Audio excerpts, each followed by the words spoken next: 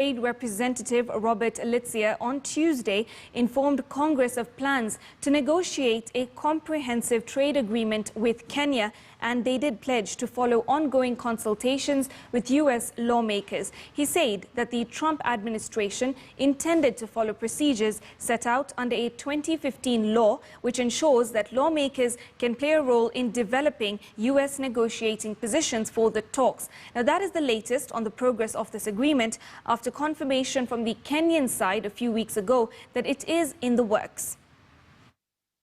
It is clear what an FTA will cover, and the different chapters: the freedom of movement of goods, of services, investment measures, intellectual property standards. There's many things that an FTA covers.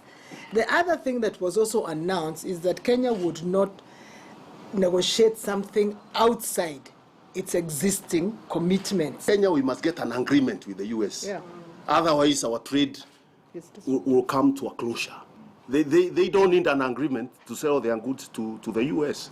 And if you look at the volumes they sell there and compare with Kenya, Kenya is the biggest in sub-Saharan Africa.